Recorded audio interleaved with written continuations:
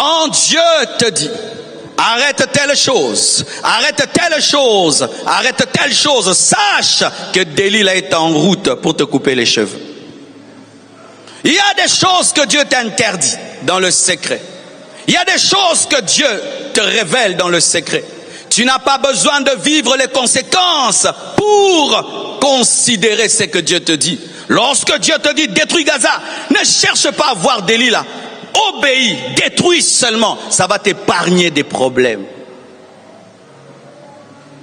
Gaza engendre ceux qui volent l'onction. Tu as l'onction de Dieu et il y a une faiblesse dans ta vie, c'est Gaza. Gaza te coupera les cheveux. Gaza t'exposera. Gaza t'humiliera. Tu as une désobéissance dans ta vie comme Asdod. Asdod engendre Ichabod. Pourquoi je dis cela? Lorsque l'arche de Dieu a été prise et amenée à Asdod, il y avait un sacrificateur qu'on appelait Élie qui est tombé.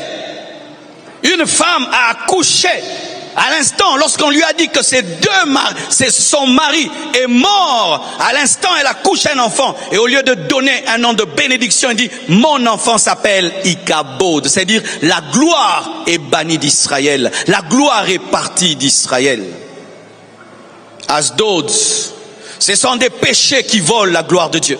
Des péchés qui volent la présence de Dieu. Des péchés qui te volent la communion avec Dieu. Et Dieu, quand il te parle d'une chose, fais attention, elle brisera ta communion avec Dieu. Ichabod, c'est-à-dire que Dieu n'est plus là. Ichabod, c'est-à-dire que la gloire n'est plus là. Ichabod, je vous dis mes frères, vaut mieux perdre l'onction, mais ne pas perdre la présence. Et Gath engendre une possession démoniaque. Gath engendre l'entrée d'un démon. Parce que Goliath représente un démon. Tu commets un péché, Dieu te dit arrête. Il te dit arrête. Oh, ça me fait rien, ça me fait rien, ça me fait rien. Ok. Pendant que tu joues avec le péché, il y a un démon qui est en route. Il est en train de venir. Dieu te dit arrête. Et il n'a pas besoin de t'expliquer qu'un démon est en route. Toi, tu dois seulement obéir. Et un jour, un esprit impur entre en toi. Goliath. Mes frères et sœurs, le péché ouvre la porte aux démons. Le péché ouvre la porte à Satan. Le péché ouvre la porte aux démons. Lorsqu'il a laissé vivre Gath, il ne savait pas qu'il laissait vivre un costaud, un puissant de Satan qui allait pendant des jours et des jours insulter l'armée de Dieu et terrifier le roi Saoul. Il a amené la honte sur Israël. Les Juifs fuyaient.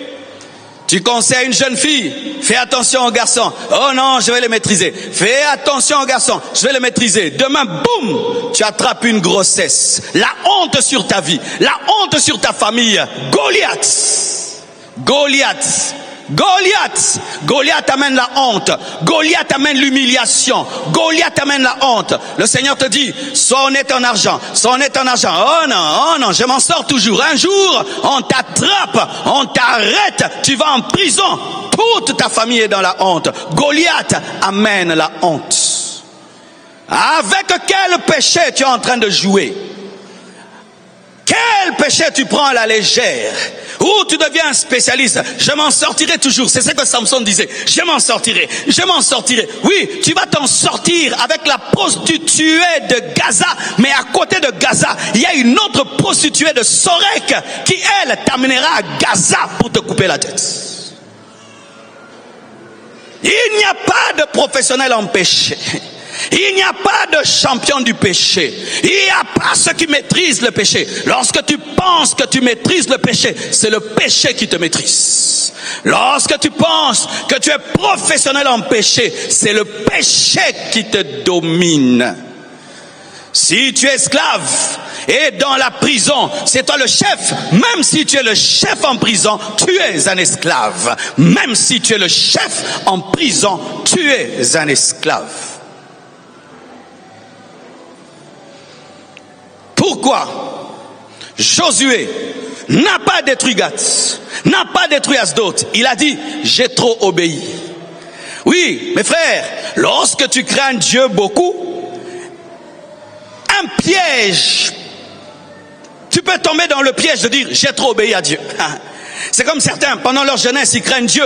Et quand ils grandissent, j'ai trop craint Dieu. Oh, pendant la retraite, j'ai trop craint Dieu. Maintenant, je me laisse aller. Lorsque tu te laisseras aller, c'est lorsque le diable frappera. Il n'y a pas de limite pour craindre Dieu. Jusqu'à ta mort, jusqu'à ta mort, jusqu'à ta mort, jusqu'à ta mort, jusqu'à ta mort.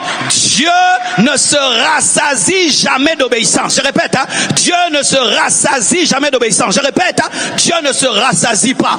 Et Dieu ne tolère pas le mal parce que tu as fait le bien. Je répète, Dieu ne tolère pas le mal parce que tu as fait le bien. Alléluia. Pourquoi encore il a désobéi? La fausse miséricorde. La fausse miséricorde. Il va tuer. Il dit, qu'est-ce que cette vieille dame a fait? Je laisse. Mais c'est cette vieille femme-là. C'est la grand-mère de Delilah. Qu'est-ce que cette grand-mère? Cette grand-mère-là, c'est la grand-mère de Samson. Si tu tues la mère de Samson, tu as tué Samson, n'est-ce pas? Et si tu tues la mère de Goliath, tu as tué Goliath. Avant que Goliath ne naisse, tue-le au travers de sa maman. Avant que Goliath ne naisse, tue-le au travers de son arrière-grand-père. Et si tu l'as tué au travers de son arrière-grand-père, il ne naîtra pas. Si on avait tué les parents d'Hitler, est-ce qu'il serait né? Dieu te demande de tuer la maman du péché pour que le péché ne naisse pas. Alléluia. C'est ce que Dieu avait dit à Josué. Tue pour ne pas être tué. N'aie pas pitié, sinon tu pleureras. N'aie pas pitié. Il y a des gens, tu sors avec un homme marié, et puis tu entends une parole comme celle-ci, et puis tu as pitié de lui. Mais si j'arrête, il va pleurer. Qu'il pleure! Qu'il pleure! Il pleure quoi d'ailleurs? Il pleure qui? Il pleure quoi? Alléluia! Il pleure, ce papa-là pleure qui? Il a perdu qui? Il a perdu sa chose. Faites pleurer les gens. Faites pleurer. Quand Dieu a décidé de faire pleurer quelqu'un, laisse-le pleurer. N'ayez pas compassion là où Dieu n'a pas compassion. Je répète, n'ayez pas compassion là où Dieu n'a pas compassion.